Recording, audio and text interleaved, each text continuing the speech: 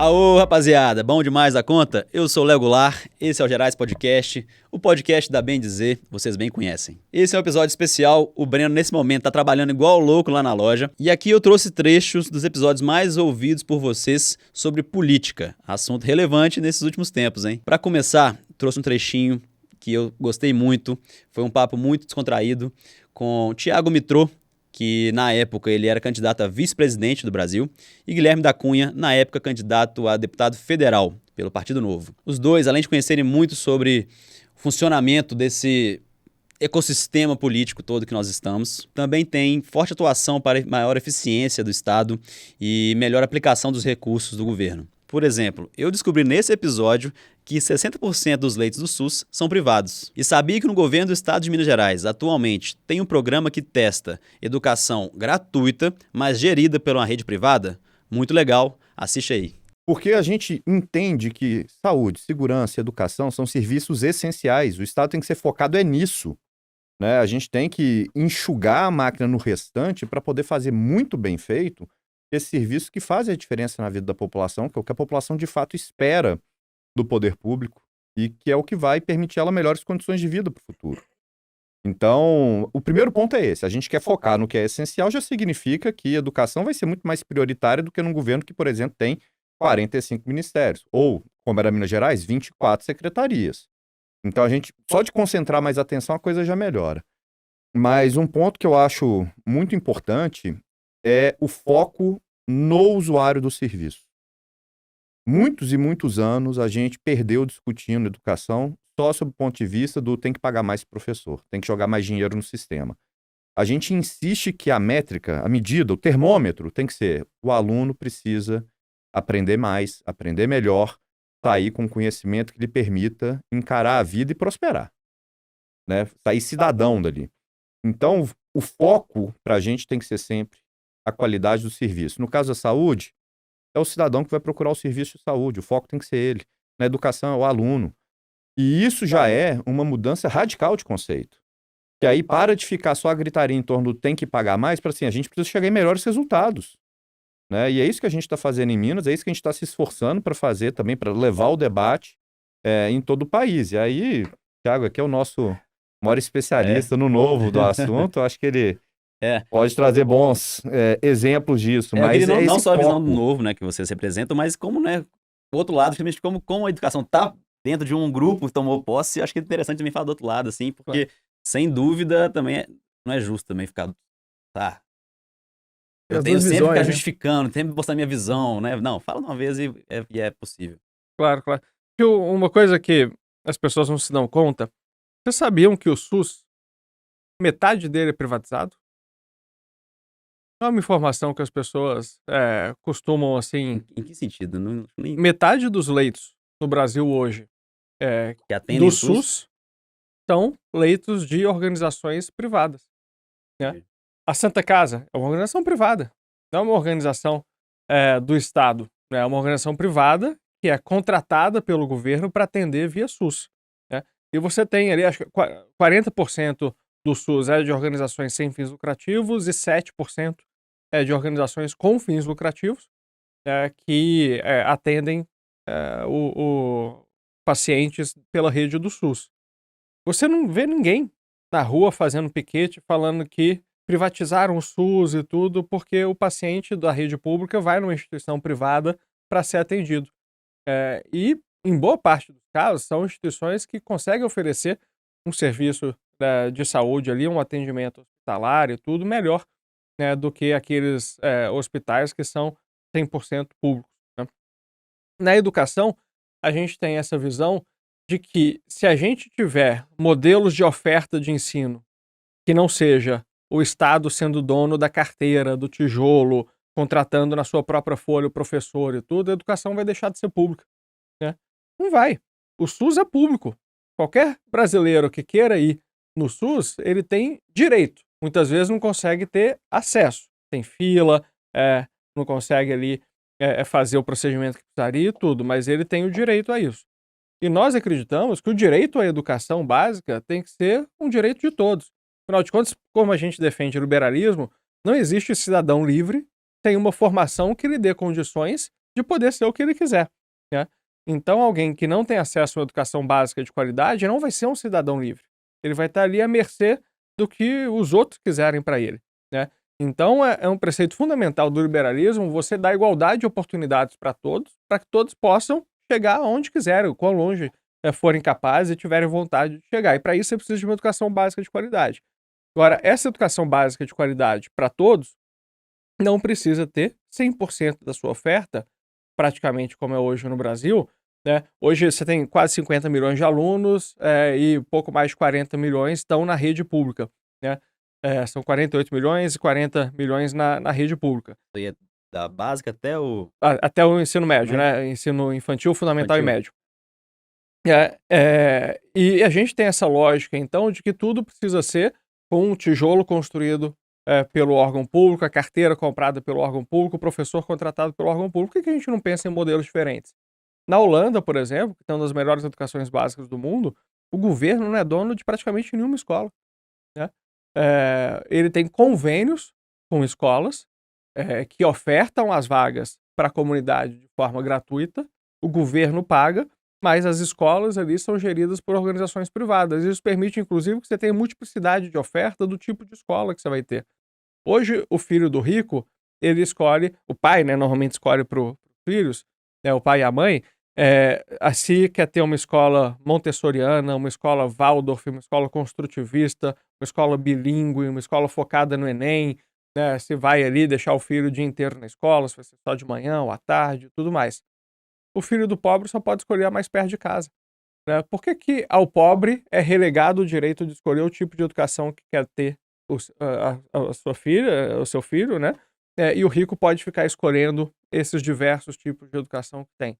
Na Holanda, você sendo pobre ou rico, você coloca seu filho numa escola confessional, numa escola ali bilíngue, o que for, porque o Estado garante essa multiplicidade de oferta para todo mundo, para quem é pobre, quem é rico e tudo mais, através dessas escolas geridas pelo sistema privado. É óbvio que você não vai apertar um botão, que nem você falou no início, assim, que de uma hora para outra, puf, né, virou tudo aqui, escolas conveniadas e tal. Mas no Brasil, você restringe o teste. Você limita a possibilidade de colocar uma alternativa, né? O governo Zema fez, há 2 anos, 1 ano atrás, um projeto aqui em BH, que chama Projeto Somar, que está testando 3 escolas os piores índices educacionais na rede nesse modelo.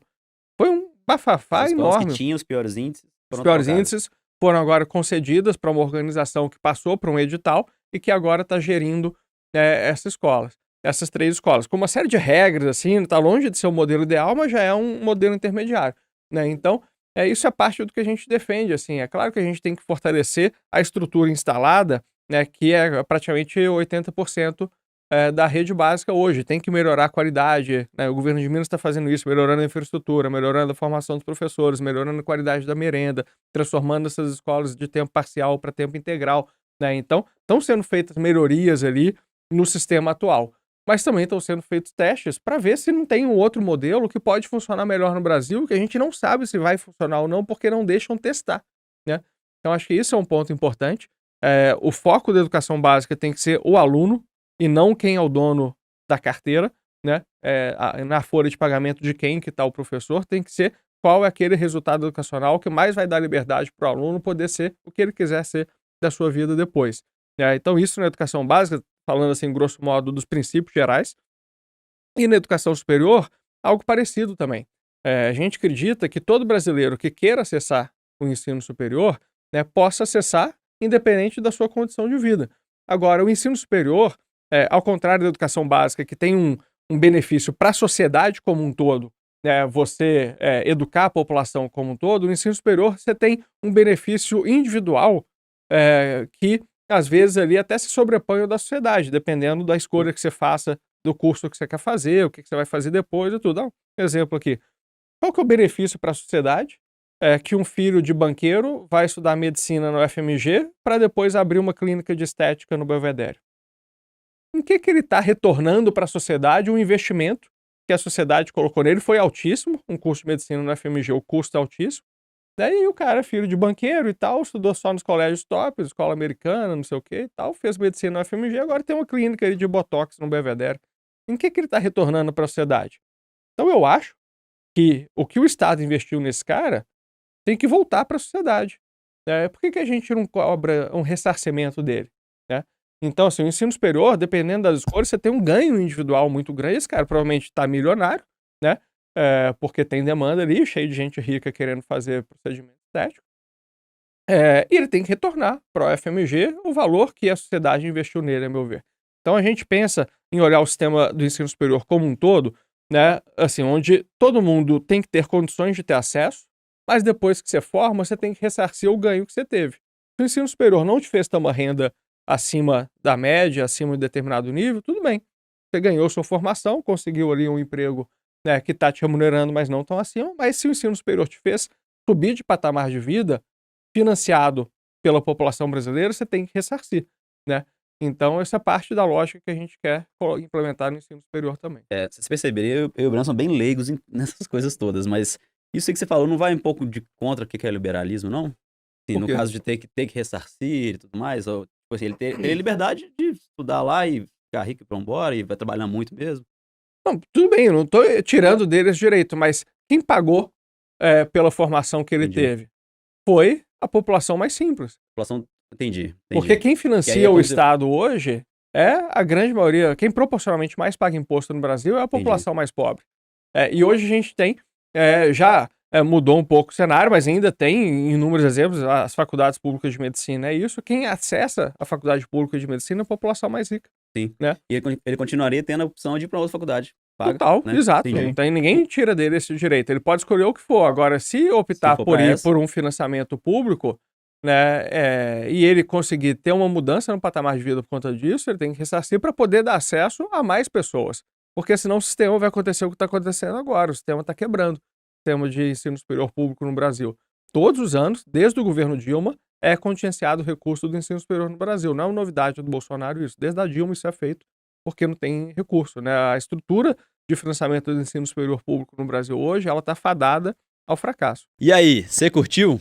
Dando continuidade sobre juventude na política, o próximo trecho é com Lohana França. Ela que é minha conterrânea de Divinópolis. Na época do nosso papo, ela era vereadora da cidade e no último ano ela foi eleita deputada estadual de Minas Gerais. A Lohana, ainda que jovem, já se desponta como uma liderança. Nós vamos ouvir muito sobre ela ainda aí, viu? Me fala o que vocês acharam.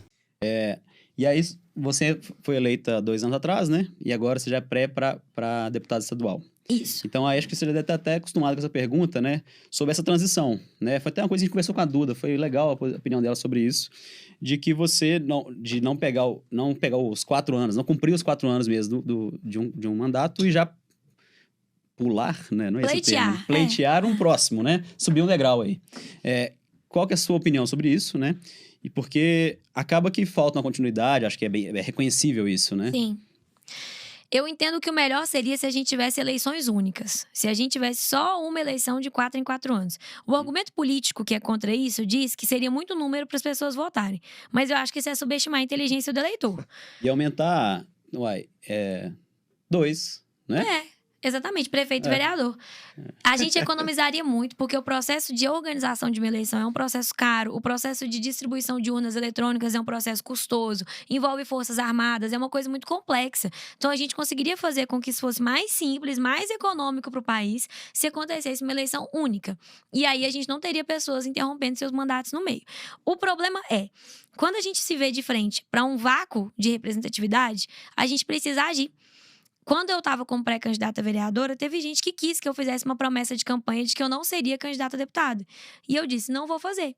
Eu não vou fazer porque eu entendo que se lá na frente eu estiver pontuando nas pesquisas, como aparentemente parece que isso vai acontecer, é preciso ocupar esse espaço. A gente precisa que cada vez mais jovens estejam no espaço de poder, que cada vez mais mulheres estejam, que gente que saiu de baixo, que ralou, que construiu por si mesma a sua vida, consiga ocupar esse espaço, porque senão a política vai continuar esse lugar de oligarca, só de homem, só de gente branca, e assim, eu sou branca. Mas o que a gente precisa é fazer com que o espaço de poder tenha mais a cara da população, sabe, Breno? Quando a gente olha para a Assembleia, ela não parece a população. Parece que é só um grupo lá. São 77 deputados e só tem 9 mulheres. Não é possível que alguém ache que isso é plausível. Na Câmara de Divinópolis são 17 vereadores e só 2 são mulheres. Não é possível que alguém ache que isso é plausível. Então, se existe uma chance de ter mais uma mulher lá representando dentro da Assembleia de Minas os mineiros e as mineiras, eu não posso deixar de querer ocupar esse espaço porque eu preciso terminar meu mandato de vereadora. A gente fez história na Câmara. A gente cobrou a digitalização dos processos, trabalhando pelo meio ambiente, trabalhando pela educação, pela inclusão das pessoas com deficiência lá na cidade. Então, a nossa marca ficou. Eu preferiria terminar o mandato, mas para isso a gente teria que ter essa eleição única, que eu acho que é o ideal para o Brasil. Entendi. Então acaba que você meio que tem que julgar o jogo, né? Senão também não vai. É um entendimento de que se existe uma possibilidade de fazer com que a Assembleia seja mais representativa e o meu nome pode ser esse nome, o que a vida quer da gente é coragem. Eu não posso fugir a essa responsabilidade, que são as próprias pessoas que querem de mim. Porque a pergunta que eu escuto quando eu saio na rua é: Lohana, você vai ser nossa deputada, né? Ou então, Lohana, você vai ser nossa prefeita, né? Então, a população tem me cobrado isso também, sabe?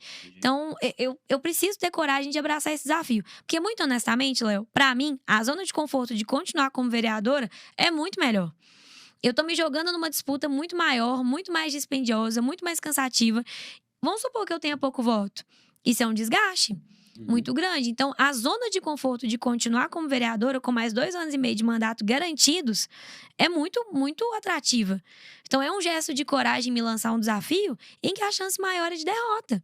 Sim. Porque, afinal de contas, a gente tem centenas de milhares de candidatos e só 77 vencem. Tem uma questão no Brasil que faz com que os cofres públicos fiquem muito sem receber o que eles deveriam receber. A gente tem umas isenções fiscais muito esquisitas no Brasil. Eu não sei se vocês sabem, mas até pouco tempo atrás a indústria automotiva brasileira tinha isenção fiscal. Então, quer dizer, a gente estava dando isenção fiscal para produzir motor a combustão, que é uma coisa que a Europa não tem há, tipo assim, anos. Por quê? Porque esse não é o rumo da sociedade. E aí, falando de uma bandeira que é a minha, que é a bandeira ambiental. Há pouco tempo atrás, o governo federal queria taxar o sol, taxar a energia solar. Então, assim, na verdade, a gente está dando isenções para modelos que são potencialmente perigosos para o nosso país, para o nosso meio ambiente, para tudo que a gente entende que é importante a gente construir do ponto de vista de ecologia e de ambientalmente responsável. E a gente quer taxar pessoas que escolhem um modelo que é o mais sustentável de todos, que é a energia solar. A questão da mineração. A mineração corresponde a uma parcela muito pequena do nosso PIB. Se eu não me engano, acho que é 4%, mas tem que conferir isso. E a gente não pesa a quantidade de minério que as empresas estão tirando das nossas serras. É autodeclarado. Eles pagam imposto dentro do que eles declaram. Todo caminhoneiro é pesado em rodovia, o caminhão dele. Todas as empresas pagam pelo tanto que elas estão produzindo. E a mineração não. Talvez era para a mineração estar pagando muito mais imposto e era para o governo de Minas ter muito mais dinheiro. Por causa de uma prática que é predatória para o Estado, inclusive. Que é predatória para as nossas nascentes, para os nossos rios. Que é predatória para os nossos animais. E a gente nem sabe quanto que era para eles estarem pagando, porque a gente não pesa a quantidade de minério extraído. Então, Itabira, por exemplo. Itabira, o nome da cidade vem de Pico Brilhante, né? Porque era um morro muito brilhante que os primeiros moradores lá viram. O morro nem existe mais. A mineração acabou com a marca mais característica da cidade. Deu muito emprego? Deu muito emprego. Mas não pagou o tanto de imposto que poderia ter pago. E isso não quer dizer que eu quero prejudicar o empresário, especialmente os pequenos empresários. Mas todo mundo concorda que a mineração poderia fazer mais por Minas Gerais do que apenas pagar a mão de obra que trabalha para ela, né? Porque a gente celebra que eles estão empregando, mas afinal de contas o povo está trabalhando, ué. Então... Perguntar, não sei se você sabe esse dado. Mas só essa provocação. Vocês entendem que se a gente estivesse cobrando desse povo o que eles realmente deveriam e poderiam estar pagando, talvez o Estado não estaria falido igual tá? O governo federal, se parasse de dar isenção para motor a combustão, que país nenhum dá, mas a gente ainda dá? Acho que isso aí entra naquela nebulosidade também, que a gente falou, né? E o Brasil, historicamente, é uma teia de aranha sem fim de leis e de a gente não coisas cobra que a gente não imposto entende, de né? gente grande, bilionária, e enfim, imposto no pequeno empresário. Que, segundo todas as pesquisas do Cine, todas essas pesquisas já mostraram, 60% dos empregos brasileiros são gerados pelos pequenos empresários como vocês, e são os mais estrangulados pela carga tributária, enquanto a gente não cobra direito de quem está lucrando horrores, acabando com o nosso recurso ambiental. Mas o dado que eu ia perguntar, se você soubesse, não tem problema se não souber, mas que a Duda também citou, esses 4% mesmo da mineração, você sabe dizer qual que é o outro, o maior, a porcentagem, assim, automobilístico é X%, sabe alguma coisa disso? De Eu curiosidade imagino mesmo. que o setor de serviços, né, de prestação de serviços, esteja muito à frente. Mas depende também de qual tipo de serviço, eu acho, né? Mas eu não sei, mas eu acredito Entendi. que o setor de serviços está muito à frente. Porque eu acho que é meio complicado também isso aí, porque às vezes também 4% é pouco em relação a 100%, mas em tudo que é tão pulverizado que talvez a Seja segunda muito. maior é 3,9%. É uma coisa pra gente procurar saber, né? De prosa boa para prosa boa, pensando no interior de Minas Gerais. O próximo trechinho que eu separei é com Luiz Eduardo Falcão, ele que é prefeito de Patos de Minas. O Falcão já era um empresário bem-sucedido na cidade e percebeu que poderia ser mais útil para a população. Com isso, ele resolveu desafiar os grandes coronéis da política que estavam há anos no poder, conseguiu e logo de cara já enfrentou grandes desafios. A maior enchente de todos os tempos da região e também pandemia 2020. Imagina isso como prefeito do interior, recursos mais difíceis, acessos mais difíceis, população impaciente. Confere aí. Como o município tinha recursos humanos, tinha dinheiro que tinha recebido pelo governo federal, poderia ter... não tinha uma situação fática para fechar tudo, assim, não tinha acontecido nenhuma morte no município, nada, e a gente podia ter ampliado o sistema de saúde e conciliando as atividades. Em 2020, a média de casos em Patos foi de 18 casos diários. Até no UOL, aqui em Belo Horizonte. Mas eu queria falar porque, tipo assim, deu pra sentir que você tava puto. Galera, tô fazendo o que eu posso aqui, bicho. É difícil. Né? E a galera não tava te ouvindo, a verdade é essa. não É político, você não tem aquela... eu vou ser habilidoso aqui, vou nomear um representante para subir aqui no gabinete e conversar comigo. Eu não quero saber disso, cara. Eu não fui eleito desse jeito. Fui eleito falando a verdade, rasgado com as pessoas e todo mundo tendo acesso a mim. Aí, na hora que eu fui eleito, eu vou ficar isolado do gabinete e vou falar, não, aquela turma ali votou em mim, são comerciantes que estão putos porque vai ter que fechar o comércio, e aí agora eu vou receber um no gabinete. Na hora de pedir voto é todo mundo, na hora de dar explicação é um. Vou lá. Não vai lá, que você vai ficar... E eu não tinha perdido a paciência em momento algum da pandemia. Apesar de tudo, assim, eu tinha tudo para falar, cara, entrei numa depressão, não tô dormindo, fiquei doido, tô desequilibrado. Eu estava super tranquilo no meio daquela crise, acho que é Deus que ilumina mesmo. Só que naquele dia, eu desci para conversar, e o pessoal muito nervoso, e eu não perdi a paciência, inicialmente, né? Dando todas as explicações, olha, gente, o cenário que a gente tinha no ano passado era esse, agora o que a gente tem nesse ano é outro. Todos os recursos humanos que a gente tinha já foram esgotados. Tudo que tinha para ampliar do sistema já ampliou. Eu saí de 9 leitos de UTI para 30 leitos de UTI. Contratei quase 200 pessoas a mais para o hospital de campanha. Não tinha mais gente na cidade para trabalhar com Covid. Porque a gente começou a pegar os profissionais dos hospitais particulares. E o que adianta você tapar um santo e destapar o outro? Não adianta nada. Então eu falei, agora é momento... Não é que fechar resolve, é o momento da gente dar um reset. É parar para voltar de uma outra maneira. São 15 dias. Não é porque fechar resolve. É para reorganizar tudo. E deu super certo. Então, por mim, da minha parte, foi uma decisão apenas de 2 semanas. Eu era muito contra o fechamento, mas realmente naquele momento eu não tive alternativa. E aí eu desci, expliquei, e tinha 2 ou 3 no meio do grupo que começaram a proferir ali... acusações, assim, muito desagradáveis, né? Faltar o respeito, né? Faltar o respeito. E eu é que sei o que eu tava passando. Eu tava nem dormindo direito, nem meus filhos eu tava vendo direito. Esposa, sem almoçar em casa, você dando sangue pelo município, fazendo de tudo, tentando equilibrar. É uma corda bamba danada você tentar equilibrar a atividade produtiva com vidas. De manhã eu tava com as pessoas desesperadas porque o comércio estava fechado. À tarde eu entrava dentro do hospital de campanha e as pessoas me puxando pelo braço, me arruma uma vaga, pelo amor de Deus. Como é que você faz? E tinha um cara lá que era meu cliente em uma empresa minha, e ele tem uma condição financeira muito boa, só que em um momento da pandemia, em 2021, no primeiro semestre, estava tão lotado tudo que os hospitais particulares encheram antes do público.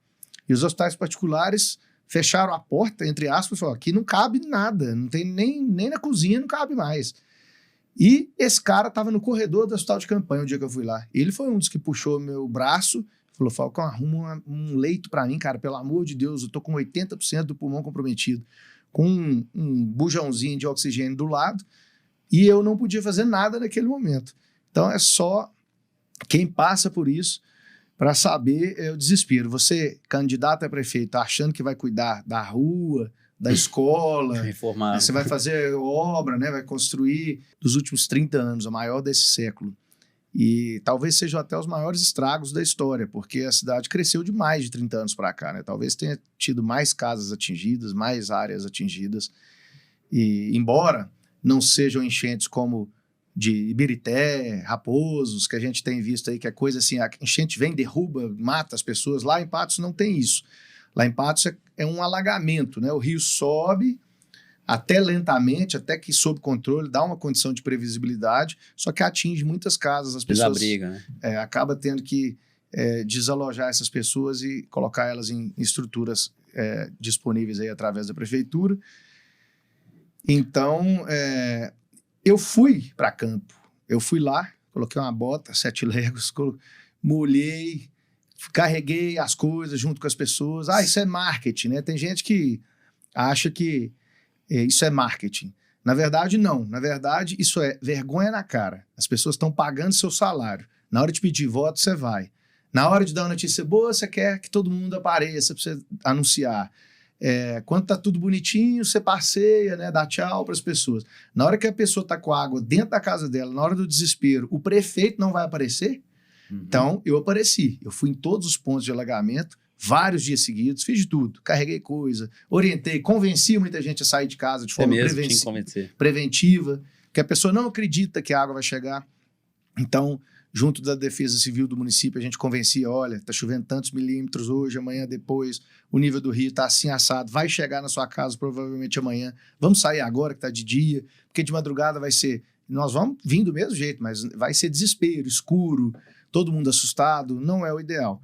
Então, posso dizer que, para quem falava na campanha que eu era muito inexperiente, tá, né? 1 ano e 17 dias de experiência que tá doido. Muito prefeito não teve. É verdade. Sei lá quantas décadas que passou sem ter uma pandemia ou enchente dessa.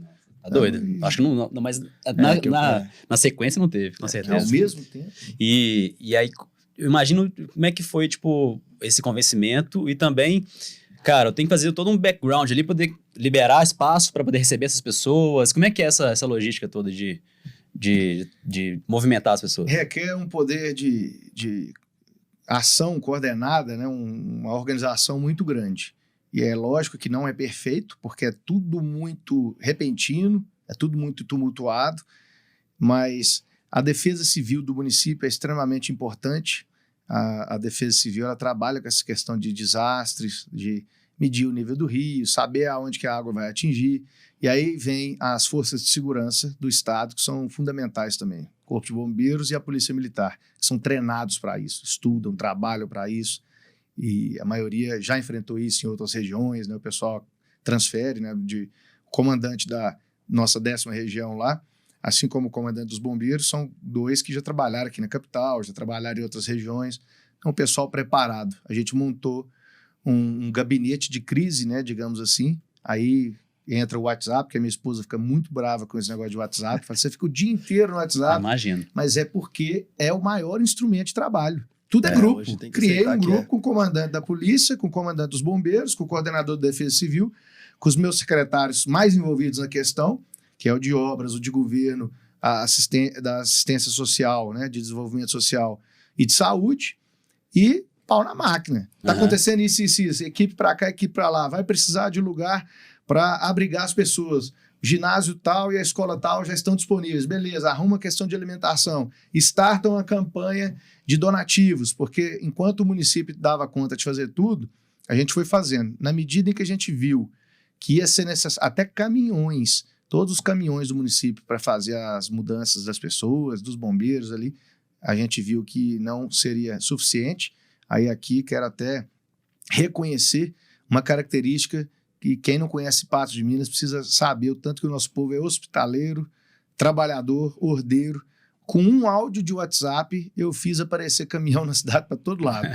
Mandei num grupo, falei, gente, queria que vocês conversassem com os empresários, pessoas físicas que tenham um caminhão, que seja.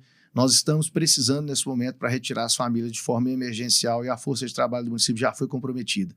começou a pipocar a ligação no meu celular, mensagem, a empresa tal, a empresa tal. A hora que eu vi, tinha umas 10 empresas diferentes já trabalhando e disponibilizando mão de obra. E foi emocionante, para falar a verdade. Imagino. Durante o dia, eu trabalhava tanto, cara, tudo queimado de sol e suado, dor no corpo. Chegava em casa à noite, e a hora que eu deitava na cama, uns 3 dias seguidos, eu começava a chorar, pensando assim, não acredito que o pessoal tá ajudando tanto, desse jeito, cara, é emocionante demais. Tem um bairro que foi o último a ser atingido e o atendimento também, ele não foi o primeiro a ser feito. A hora que a gente chegou, já tinha umas 15 famílias que já haviam sido retiradas da casa, por um cara. O cara tinha uma madeireira lá, um senhor, né? E o filho dele que fez essa. Tá até na minha rede social aí, foi até para aquele Razões para Acreditar. Esse cara é o Vitinho. O Vitinho pegou o caminhão dele lá, cara, fez a mudança de 10 famílias. No meio da água, a água batendo na cintura. Que isso, tá E cheguei lá e as famílias todas, não, aqui a gente tá precisando agora de alimentação e tal, mas você tem que procurar o Vitinho, procura o Vitinho, todo mundo me falando. Por quê? Porque ele é que fez toda a mudança. Eu falei, não, eu vou lá ajudar esse cara. Eu cheguei lá, água inundando a madeireira dele. É mesmo? Mesmo. Eu falei, não, agora nós vamos chamar todo mundo que ia fazer a mudança das casas para vir aqui, pegar as madeiras desse cara e suspender, colocar em cima de um giral ou tirar daqui para ele não ter tanto prejuízo financeiro. E ele cansado, olhava para mim e falava assim, não, esquece, cara, isso aqui não tem jeito não, já era. Falei, não. De repente chegou umas 15 pessoas. Bombeiro, comandante do bombeiro carregando madeira, eu carregando madeira, todo mundo da limpeza da cidade ajudando. E isso empatia, isso é que política, eu entrei foi para isso, não foi para ficar no gabinete, sendo a autoridade, sendo o cara da vaidade. Eu entrei foi para ver uma coisa dessa, ver que é possível você unir a comunidade e na hora de crise você vê todo mundo unido. O prefeito tá ali para isso, para engajar as pessoas acima de tudo. E até linkando com isso, sei que seu tempo tá corrido, mas acho que assim, vale essa pergunta, que assim, você veio, né, do mundo empresarial, política, acho que é o seu primeiro cargo político, né, de prefeito. O que você sugere para quem tem medo, assim, de entrar na política, né, que muita gente tem? E perca o medo imediatamente e que tome vergonha na cara e participe, porque o país está precisando disso. A gente tem vários prefeitos, não necessariamente jovens, mas novatos na política, inúmeros deputados estaduais e federais, que eu sigo várias dessas pessoas nas redes, eu acompanho o trabalho. Então tem gente boa sim no Brasil hoje fazendo política, que recusa privilégio, recusa mordomia, verba extra, motorista, segurança, não sei o quê. Então a gente precisa aumentar esse número, porque o Congresso, por exemplo, a Câmara de Deputados ela é composta por 513 deputados federais. Hoje você tem lá, talvez, não sei, 50 parlamentares com essa mentalidade. Ainda é muito pouco, não dá 10%. E para finalizar, uma prosa muito legal, muito especial com a Duda Salabert. Ela que atualmente foi eleita deputada federal e que é uma importante liderança no movimento LGBTQIA+, mas sobretudo para o Brasil. E essa prosa aí tem um detalhe muito legal. Ela nos elogiou, eu e o Breno, e nós ficamos satisfeitos demais da conta. Que felicidade. A comunidade LGBT fala que tem a caminhada do orgulho LGBT. Uhum. Para nós, travestis transexuais, a caminhada do orgulho é ir até a padaria. Porque da minha casa até a padaria, a quantidade de olhares que nos exotificam, ridicularizam, hipersexualizam, a quantidade de violências por meio de piadas e risos, até a possibilidade da violência física propriamente dita, que é da minha casa até a padaria. Então, ter orgulho da minha experiência, da minha vivência, é poder entrar na cidade. Lógico que não posso exigir isso de todas as experiências trans, né? Porque nós costumamos falar que nem direito ao sol é dado uma travesti. Porque dificilmente você encontra uma travesti de manhã comprando pão na padaria. Uhum. Só nos é dada a esquina de madrugada. E nem é dado, é conquistado. Porque 90% das travestis transexuais do país estão na prostituição. Isso antes da pandemia. E a sociedade naturalizou encontrar travestis transexuais somente na esquina de madrugada.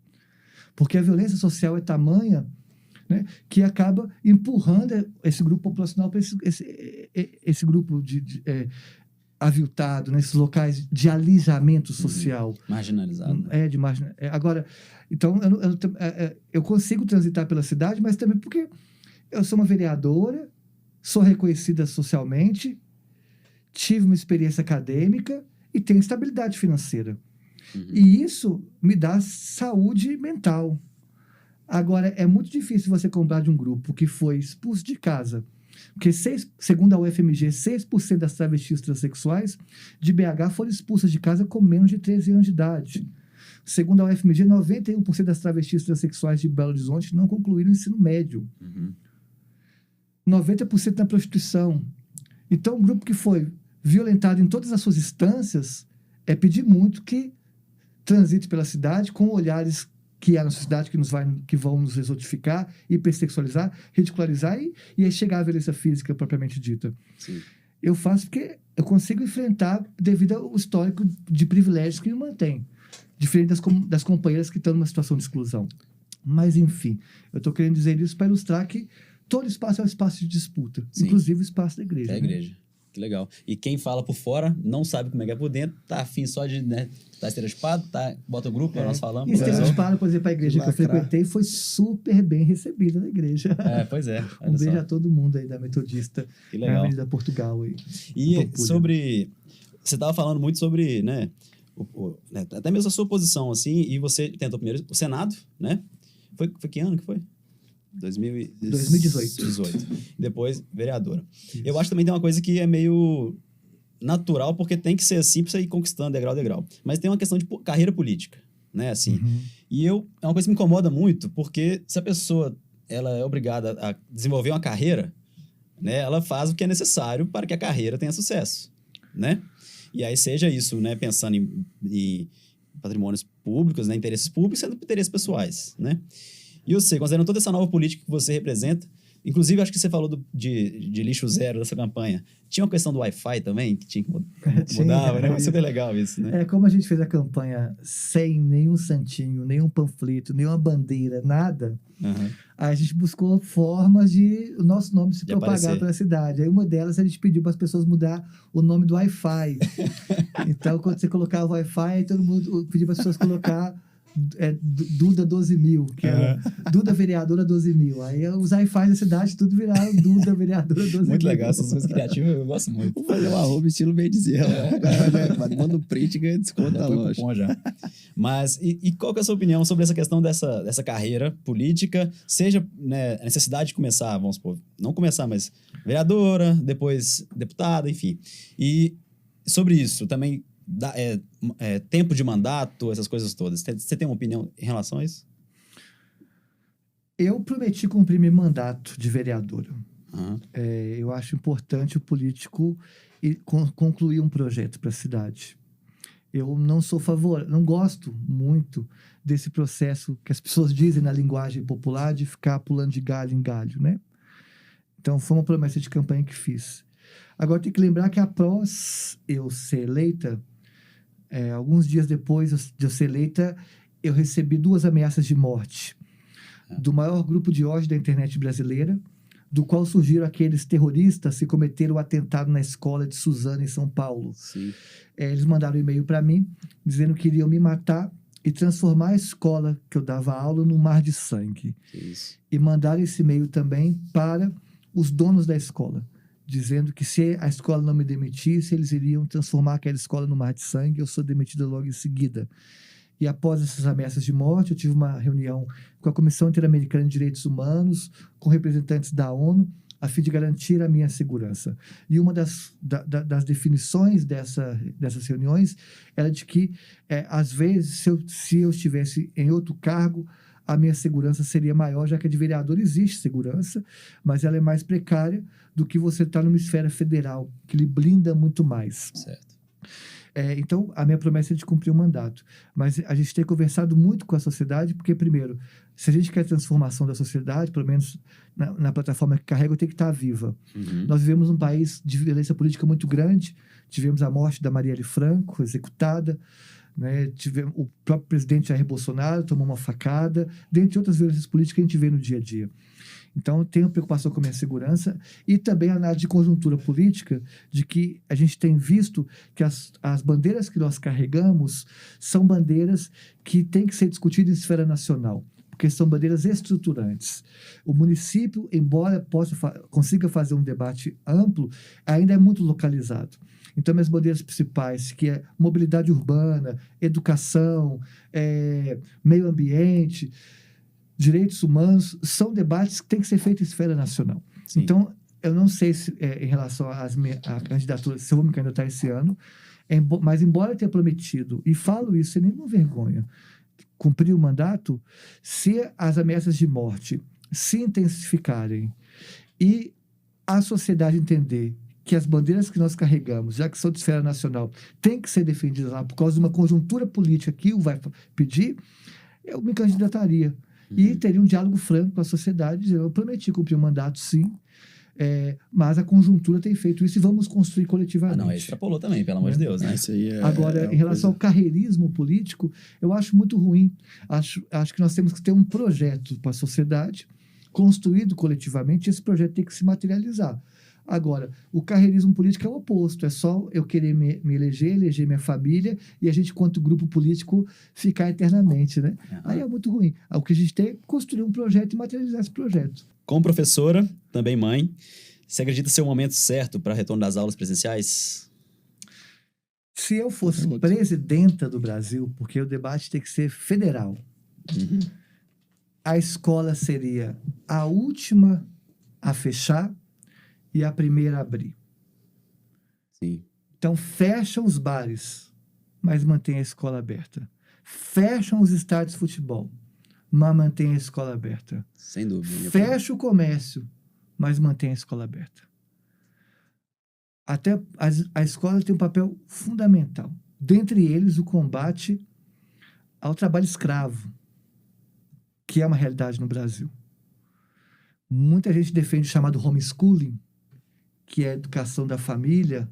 Isso pode servir na Europa. Vai lá na França, talvez dê certo. Mas na realidade brasileira, não. Quem defende homeschooling aqui no Brasil nunca pisou numa periferia. Em que a mãe e o pai saem para trabalhar às 7 horas da manhã e volta 9 horas da noite, porque o transporte coletivo é péssimo. E aí o menino tem que ir para a escola. Porque se ele não estiver na escola, ele vai estar trabalhando na rua, vai estar no tráfico. Então, as escolas deveriam ter sido a última, melhor dizendo, a fechar e a primeira a abrir. Mas, para isso, deveria ter um governo federal com pulso forte para, no ápice da pandemia, se é para fechar alguma coisa, fechemos outros. E a escola, sendo a última a ser fechada, garantiríamos máscara, PFF2, N95 para todos os profissionais de educação, colocando a comunidade escolar como a primeira a ser vacinada, depois dos médicos e profissionais da saúde. Nada disso foi feito no Brasil, porque a educação nunca foi levada a sério. Agora, se é o momento ideal para voltar para a escola, é difícil discutir reabertura da escola se tudo ficou solto. Aí quem mais sofreu foi a escola. Então, não tem índice para determinar a abertura. Nós temos que garantir a segurança, a vacinação. Eu acho que a escola tem que voltar agora. Se é para fechar algo, fecha o Mineirão. Né? Tem jogo hoje do América, fecha, não tem jogo aqui não. Se eu sou presidente, governador ou prefeito, aqui não vai ter jogo não. Mas nossa escola vai estar aberta. Legal, interessante. Inclusive, tem carnaval não, mas a escola fica aberta. Mas vai ter carnaval, né? Vai ter, né, os fechados, né? Vai ter carnaval e a escola fechada. Não faz sentido. Uma coisa que eu fiquei pensando muito durante essa pandemia toda, esse fechamento todo de escola, vai ter um gap que, além de 2 anos, né? Vamos considerar 2 anos de pandemia, mas 2 anos sem menino na escola, são muito mais anos de defasagem, né?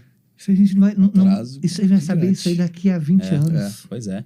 Isso aí é uma das coisas que mais que eu fico, tipo, gente, eu começo a abrir o olho assim na hora. Já não tava bom, né? Já não tava bom, pois é. Vai respingar e vai ampliar a desigualdade do Brasil em relação às grandes potências. E vai ter um gap de gerações, talvez, né? Porque a nossa tava ok, aí tem um gap, depois uma que vai voltar normal. Os meninos entraram no primeiro ano do ensino médio, aí eclodiu a pandemia, agora vai para a universidade. Não fez o ensino médio todo virtual. Né? Vê se pode, pois é. Sai do 9º ano para a universidade. E a gente, né, eu faço MBA, e aí eu fiz um tempo de aula online. Se a gente, que já é mais maduro, já tem mais experiência, é difícil demais de absorver o conteúdo, imagina a galera, as crianças, né, que ficaram paradas ou ficaram online ali, que já é difícil manter a atenção da criança em uma sala de aula, imagina online. Então, essa foi uma pergunta legal do Rodrigo. Me gusta Rodrigues. Não entendi o nome dele, não. Tinha um aqui, próximo da minha, que indica para quem quer começar a aprender sobre política. Não sei se talvez um livro, se exista, se é uma coisa assim. Acho que tem que se organizar. Os partidos são fundamentais. Tem esses grupos aí, Renova, Brasil, etc. Não. Vai para um partido. Se você é de direita, tem partido de direita no Brasil. Se é de esquerda, tem partido de esquerda. Vai para um partido. A organização partidária é fundamental. Você fala acompanhar reuniões, né? Isso, diretório. A organização partidária é importantíssima. Uhum. Mas saiba entender o outro lado, né? Que é a coisa que a gente falou aqui, importante também. Assim, porque esses grupos como Renova, de renovação política, os partidos têm, na minha opinião, teve vivência de partido, tem uma formação mais sólida, sabe? Então, eles promovem a formação política, né? O Renova BR, dentre outros, sem dúvida. Mas os partidos não substituem os partidos, que a formação é maior ainda, sabe? Então, procura um partido, dê uma chance para um partido. Tem vários aí. O Brasil é um dos países que mais tem partido do mundo. Deveria até diminuir a quantidade de partidos. Não, isso é impressionante também, né? Mais um exemplo daquela teia absurdo. louca que a gente não sabe o que acontece, né? Tá perdido. O Machado de Assis, que é o maior escritor brasileiro, escreveu um conto que se chama Sereníssima República. No conto Sereníssima República, você tem é um conto de literatura fantástica em que tem um biólogo, e esse biólogo, ele aprendeu a linguagem das aranhas, a linguagem aracnídea, e ele quer convencer as aranhas a se organizar numa república. Era o contexto de formação da República Brasileira na época. E as aranhas tinham que se organizar em partidos políticos. E aí surgiram 4 partidos. Tinha as aranhas do partido retilíneo, que defendiam fazer teias forma reta. Tinha as aranhas do partido curvilíneo, que defendiam que as teias tinham que ser curva. Tinha as aranhas do partido reto curvilíneo, que acha que não pode ser reto nem curva, tem que ser ora reto, ora curva. E tinha as aranhas do partido anti-reto curvilíneo, que defendiam que não devia ter teias, que as teias deviam ser formadas de ar. Mas como assim de ar? De ar. É isso que é o caminho. E as eleições foram todas fraudadas, de todos os partidos. Uhum. Teve golpe, etc. O conto é excelente, mas o conto mostra como os partidos, às vezes, divergem ideologicamente, mas são iguais na prática. Então, o nosso objetivo enquanto político, enquanto partido, é aproximar a nossa narrativa, a nossa ideologia da prática, né?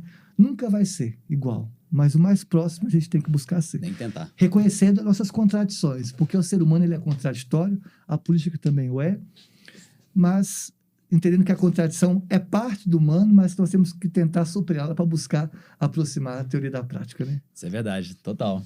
Mas Eu nunca não. vai ser, já falava o Cara, Lacan. eu queria perguntar. O Lacan fala, né? A palavra é a morte da coisa, né? Então a palavra nunca é a coisa, mas a gente tenta chegar. É verdade. Cara, nós vamos ter que encerrar isso aqui, mas daqui a pouco a gente quer mais. Vou com certeza. Ficaria conversando por horas, fácil. Ô, Duda, obrigado pela sua... Eu que agradeço. Não vou nem falar seu tempo, só seu papo mesmo, essa conversa. Que legal que foi isso aqui. Eu que agradeço só por uma questão. Assim, todos os podcasts que passei antes, todo respeito aos companheiros e companheiras que fazem um trabalho importante e tem que fazer de acordo com o seu público, né? Uhum. Mas as perguntas são muito sempre ligadas à transexualidade. Aí eu chego, do início ao fim sobre transexualidade. Como é que você iniciou sua transição? E não sei o que. E aí fica uma pergunta sobre a minha condição, que ela é política e tem que ser debatida. E de uma forma pedagógica. Mas às vezes satura, sabe? Então seria ficar te perguntando o tempo todo como é que é ser homem? E como é que foi sua infância enquanto homem? E como é que foi a sua família te lida enquanto homem? E fica perguntando sempre. É importante, porque é político, sobretudo que eu estou representando aqui na entrevista um grupo historicamente excluído, mas tem hora que satura, porque a gente é mais do que a nossa condição, né? Sem dúvida. Então, eu agradeço, porque o papo da transexualidade que teve aqui fui eu que trouxe para apimentar e dar, vocês poderem fazer um corte que tenha mais engajamento. Mas vocês não trouxeram nenhum tipo de pergunta. Então, obrigado, parabéns pelo trabalho de vocês. Obrigado. A ideia aqui não é nem ter corte, é papo. É papo. Esse que é o ponto. Pô, que legal. Valeu mesmo. Ficamos felizes nisso, que foi uma Demais. coisa que a gente falou assim, cara, ela é muito maior que isso tudo aí, ela é uma política foda, vamos escutar, já que nós não somos tão bons nisso. Curiosidade nossa aqui As de pessoas querem aprender. Espero que vocês tenham gostado. Eu mesmo selecionei todos esses trechos. E política atualmente, né, gente? Nem preciso falar. Ah, quer saber de uma coisa? Criei um cupom especial, Gerais20. Acesse o nosso site, 20% de desconto em todo o site da Bem Dizer. Mas aqui, segredo meu e seu, o Breno não sabe. Valeu!